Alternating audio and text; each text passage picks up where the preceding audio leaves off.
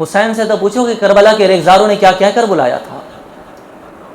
وہاں بھی تو کوئی مسلمان ظلم کا شکار تھے اور انہوں نے خط لکھا تھا کہ آسرا آپ ہیں. اپنا پورا کنبہ لے کر چلے آئے. محمد بن قاسم کو بھی تو کسی بیٹی نے خط لکھا تھا کہ یہاں عزتیں لٹ رہی ہیں، نبی کے غلاموں آسرا آپ ہیں. انہوں نے کچھ نہیں دیکھا، پوری فوج لے کر چلے آئے. آپ دین کا کام سارے کریں، اچھا کر رہے ہیں، الحمدللہ کرتے رہیں، میں اس سے انکار نہیں کر رہا، لیکن اللہ اس کا رسول جس وقت جو چاہتے ہیں اگر وہ نہیں کیا تو آپ نے اسلام پر عمل نہیں کیا، آپ نے اپنی خواہش پر عمل کیا. آپ یقین کریں، آپ ہسٹری پڑھیں، آپ کو معلوم چل جائے گا کہ ہر مہینے 2 مہینے نہیں گزرتے تھے کوئی غزوہ ہو رہا ہے، کوئی جنگ ہو رہی ہے. مدینے کی پوری لائف پڑھیں آپ. بڑی جنگیں تو مشہور آپ نے پڑھی ہیں نا، غزوات بھی تو پڑھیں ساتھ، سرایا بھی تو پڑھیں ساتھ. یہ غزوات اور سرایا اور جنگیں آپ ملا کر دیکھیں تو آپ کو پتا چلے گا ہر مہینے اور 2 مہینے بعد نبی فرماتے تھے فلاں صحابہ اٹھو، فلاں جگہ چڑھائی کر دو، جا کر فلاں جگہ جاؤ، وہاں پیغام پہنچا دو. انہوں نے نہیں کہا بھائی دین میرا بیوی اور بچوں کو سنبھالنا ہے، مجھ پر یہ فرض کیا ہے کہ میں اپنے بیوی بچوں کو پالوں. صحابہ فرماتے ہیں ہمارے پچھلے زخم صحیح ہوتے نہیں تھے، نبی دوسرے جہاد کا حکم فرما دیتے تھے. پچھلا زخم بھرا نہیں ہے، اگلے جہاد پہ تیار کھڑے. اس وقت جو مسلم ورلڈ کی حالت ہے، ہمیں آنکھیں کھولنی چاہیے. آنکھیں بند کر کے جینے سے زندگی نہیں گزرے گی. اگر آپ کو میں آئینہ نہ دکھاؤں تو میں آپ کے ساتھ دھوکہ کروں گا. میرا فرض اور میری ذمہ داری بنتی ہے کہ میں آپ کو یہ باتیں سکھاؤں اور بتاؤں کہ نوجوان ساتھیوں، عشق مصطفیٰ میدان جہاد میں بھی ہوتا ہے. عشق مصطفیٰ کے لیے ہمیں میدان عمل میں بھی آنا پڑے گا. علیہ الصلوۃ والسلام نے ارشاد فرمایا، ابو ہریرہ راوی ہیں، حضور نے فرمایا کہ میں یہ چاہتا ہوں کہ اللہ کی راہ میں شہید کیا جاؤں، مجھے دوبارہ حیات ملے، پھر اللہ کی راہ میں شہید ہوں، پھر دوبارہ حیات ملے، پھر اللہ کی راہ میں شہید ہوں. صحابہ میرا دل کرتا ہے کہ اللہ مجھے شہادت کی موت عطا کرے، کیونکہ شہید کا ضامن خود اللہ تبارک و تعالیٰ ہوتا ہے. شہید کی ضمانت اللہ کے ذمہ ہوتی ہے. شہادت کی موت عزت کی موت ہوا کرتی ہے. عزت سے نہ مر جائیں کیوں نام نبی پر، یوں بھی تو ہم نے دنیا سے جانا ہے. تو ایسے بھی بستروں پہ بھی مر جانا ہے، دنیا سے ایسے بھی چلا جانا ہے، تو عزت سے کیوں نہ نبی کے دین کے اوپر مر جائیں. ہم بچے نہیں پال رہے، اس گمان سے باہر آ جائیں، ذرا دھوکے سے، اس خام خیالی سے باہر آئیں کہ آپ بچے پال رہے ہیں. آپ کو کس نے پالا ہے؟ وہ رب آپ کے بچے بھی پال لے گا. جو ساری کائنات کو پال رہا ہے وہ آپ کے بچے اور میرے بچے بھی پال لے گا. وہ آپ کی بیویوں اور میری بیویوں کو بھی پال لے گا. وہ آپ کے ماں باپ اور میرے ماں باپ کی بھی لاج رکھ لے گا. جب دین نہیں رہے گا تو ہماری بیویوں اور بچوں کی عزت باقی رہے گی؟ اللہ نہ کرے کفر ٹوٹ پڑے، اسرائیلی اور انگریز فوج آ جائیں، تو پھر بیوی اور بچوں کی عزت باقی رہے گی؟ انڈیا میں جو تاریخ نے سبق سکھایا بھول گئے، کشمیر میں جو سوداگروں نے کیا بھول گئے، فلسطین میں جو کچھ ہو رہا ہے وہ نظر نہیں آ رہا، شام میں جو کچھ ہوا ماں بہنوں کے ساتھ وہ تاریخ پرانی تو نہیں ہے، عراق میں جو کچھ گزرا ہے کیا وہ بھول گئے ہو؟ اگر اسلام رہے گا تو عزت رہے گی، اسلام نہ رہا تو پھر بیوی اور بچوں کی عزت اور ماؤں کی عزت نہیں رہے گی. وہ ذلت کے وقت سے بہتر ہے کہ عزت کے ساتھ میدان عمل کے لیے کھڑے ہو جائیے، جس استطاعت پر کھڑے ہو کر دین کا جو کام کر سکیں. آپ جہاد کی تعریفات علماء نے پیش کی ہے، میں وہی پیش کر رہا ہوں، میری کوئی نئی جہاد تو نہیں ہے. آپ جہاد بالمال کریں تو وہ بھی کریں، جہاد بالقلم بالزبان کر سکیں وہ کریں، بزدل نہ بنیں. ساری دنیا کی باتیں ہو رہی ہیں، کرکٹ کیسا چل رہا ہے، قربان اس قوم کے اوپر ماؤں بہنوں کی گودوں کے بچوں کو اچھالا جا رہا ہے. ہماری قوم ابھی کرکٹ کے بلوں میں بالیں اچھلتی دیکھ رہی ہے. انتہائی کرب و بلا کا عالم ہے اس وقت.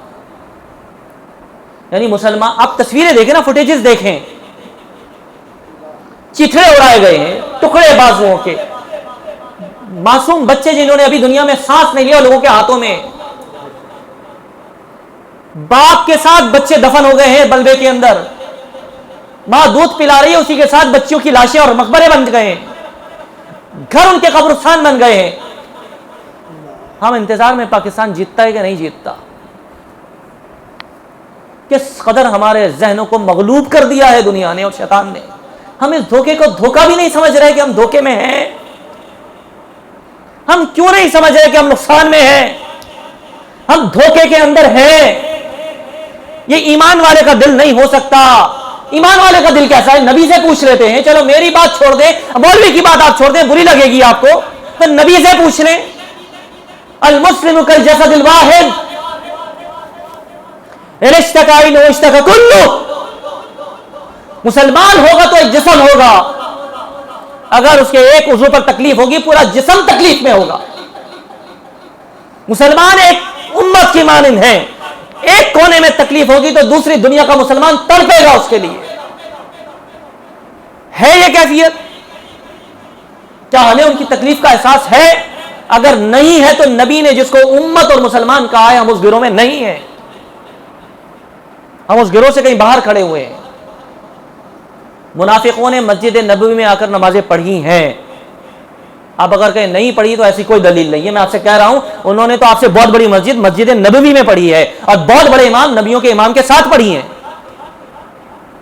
لیکن تھے منافق، جہاد میں جانے میں مرتے تھے، جہاد میں جانے میں دم نکلتا تھا، موت آتی تھی ان کو، مرتے تھے کہ نبی کے نام پر جان دینا پڑے گی، یہ کام نہیں کر سکتے۔ نماز بہت اچھا کام ہے، جماعت میں کھڑے ہو جائیں گے، نماز پڑھ لیں گے، بتوں کو ساتھ لاتے، منافقت۔ میں یہ نہیں کہتا نماز نہ پڑھیں، میں یہ کہتا ہوں ان صحابہ کی نماز پڑھیں جن کے ہاتھ میں اسلحہ ہوتا تھا، ایک رکعت سجدے میں دوسرا جہاد کے اندر، وہ صحابہ کی نماز پڑھیں، رخ قبلے کو بھی ہو تو رخ دشمن کی طرف بھی ہو۔ اگر جبھی قدمین مصطفیٰ پر قربان کرنے کو تیار تھے تو اپنا سینہ دشمن کے سامنے بھی کیا ہے۔ اب نماز پڑھیں لیکن دین کی ضرورت کو بھی سمجھیں۔ محفلیں صحابہ نے سجائیں، اپنے گھروں میں سجائیں، نبی کا کھڑے ہو کر مدینے میں استقبال کیا، لیکن استقبال کرنے کے بعد ساری زندگی صرف استقبال ہی نہیں کیا بلکہ نبی کے ساتھ کھڑے ہو کر جہاد بھی کیا ہے۔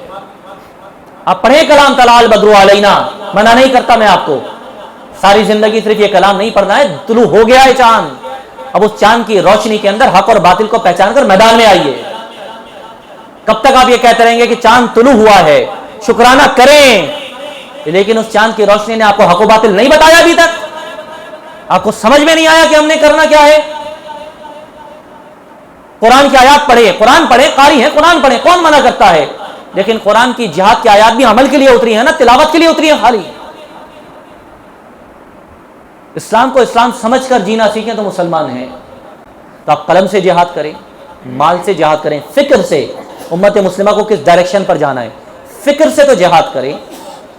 اللہ ہمیں توفیق دے کہ ہم اسلحہ اٹھا کر اللہ کی راہ میں جہاد کریں، اللہ ہمیں توفیق دے کہ ہم اسلحے سے بھی اللہ کی راہ میں جہاد کریں، اور اصل جہاد جو میدان جہاد میں ہوتا ہے اللہ ہمارے سینوں کو قبول فرما لے۔ مسجد اقصی ہم سب کو بلا رہی ہے، یہ فتن کا دور ہے، مسجد کی حرمت پامال، قرآن کی حرمت پامال، یہ وہ مسجد اقصی ہے جس کے قصیدے ہم سب پڑھتے ہیں معراج کی شب۔ اس جگہ بھی تو میرے نبی نے ہی امامت فرمائی ہے، یہ بھی تو نبی کا مصلی ہے، یہاں بھی تو سارے نبیوں نے اقتدا کی ہے، یہ بھی تو انبیاء کی زمین ہے، ہم کیوں اتنے سست ہو گئے ہیں؟ اس لیے کہ وہن آ گیا۔ میں صرف اشارے دے رہا ہوں تاکہ ہمارے اندر جذبہ پیدا ہو، نکالیں اپنے آپ کو اس وہن سے۔ ایسا نہ ہو، ایسا نہ ہو، اللہ کرے ایسا کبھی نہ ہو کہ ہماری موت اس عالم میں آ جائے کہ ہم ان منافقوں کی صف میں ہو جن میں وہن ہو، یعنی دنیا اچھی لگتی ہو، موت بری لگتی ہو، ہمیں مسلمانوں کو درد محسوس نہ ہو، دنیا کی محبت میں فنا ہو۔ اگر اللہ نہ کرے موت تو آنی ہے، اس کیفیت میں آ گئی تو میدان کے حشر کے اندر کس طرح سرکار کے سامنے کھڑے ہوں گے کہ امت کٹ رہی ہے، ٹکڑے ہو رہے ہیں، چیتھڑے ہو رہے ہیں، اور ہم لگے ہوئے ہیں جی اپنی عیش و عشرت کے اندر، سونے کے اندر، گیم کے اندر، دنیا کے اندر، حشر میں کھڑے نہیں ہو سکیں گے۔